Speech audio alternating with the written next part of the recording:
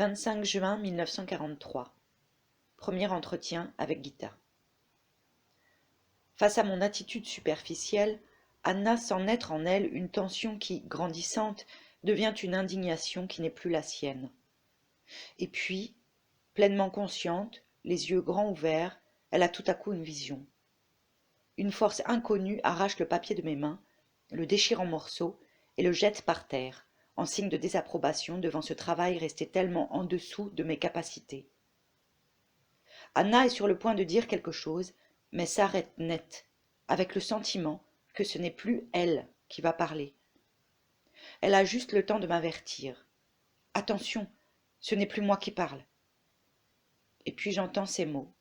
« On va te faire perdre l'habitude de poser des questions inutiles. Attention, bientôt des comptes te seront demandés. »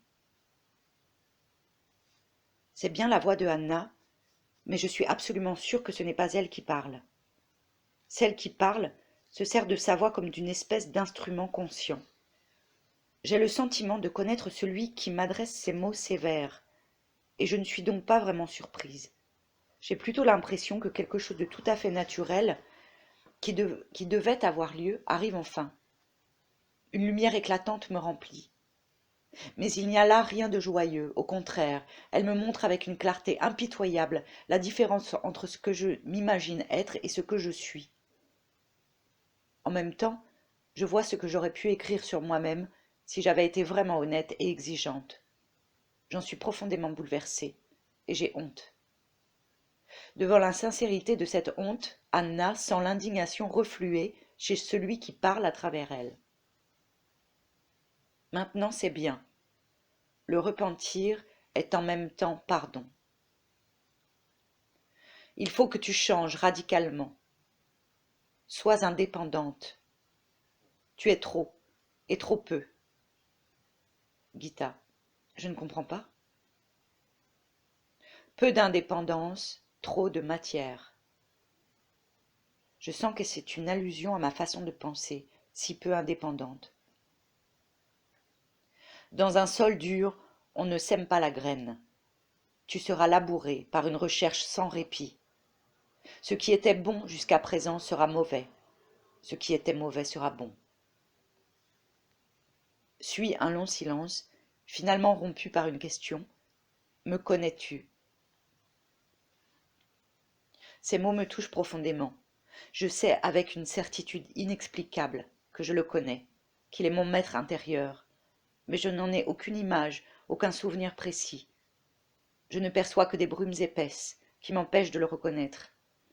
En dépit de tous mes efforts, je suis incapable de les percer. Me connais-tu? Cette répétition me pénètre encore davantage. Je sais que je suis au bord du souvenir, et j'essaie de toutes mes forces de me rappeler. En vain, j'en suis à nouveau incapable. Anna sent que celui qui parle à travers elle regarde mes efforts désespérés avec tendresse. Tu es païenne, mais c'est bien ainsi. Je comprends que ce mot de païenne désigne mes racines. Tu seras baptisée avec l'eau de la vie. Tu recevras un nom nouveau. Ce nom existe, mais je ne peux pas le révéler. Prépare-toi à cela. Tu peux poser une question. J'en serais bien incapable. Je suis beaucoup trop occupée à prendre progressivement conscience de ce qui est en train de m'arriver. Celle qui parle est fatiguée. Donne-lui de la force. Nous allons nous rencontrer de nouveau. Immédiatement après cette rencontre, Anna et moi notons les paroles entendues. C'est facile, car chaque mot s'est profondément gravé en nous. Anna me décrit ainsi son expérience. Pendant tout l'entretien, ma conscience était comme élargie.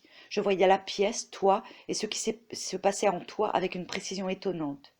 Et en même temps, j'étais pleinement consciente de notre visiteur, dont les émotions étaient d'une nature toute différente des nôtres, même si je ne peux les nommer maintenant qu'avec les termes très approximatifs d'indignation, amour, tendresse. C'était difficile de trouver les mots justes pour traduire ce qui m'était dit. Pourtant, c'était bien moi qui étais là. Je voyais les paroles se former en moi avec surprise et émerveillement. Une seule question brûle les lèvres. Cette promesse d'une nouvelle rencontre, si elle a lieu, c'est pour quand? Anna répond: peut-être dans 7 jours. Le soir même, nous racontons à Joseph et à Lily ce qui s'est passé. Joseph, qui dans sa jeunesse était matérialiste, n'y voit qu'une affaire de bonne femme et décide de rester en dehors de tout cela. Lily, par contre, désire profondément être présente lors du prochain entretien et se charge de prendre des notes.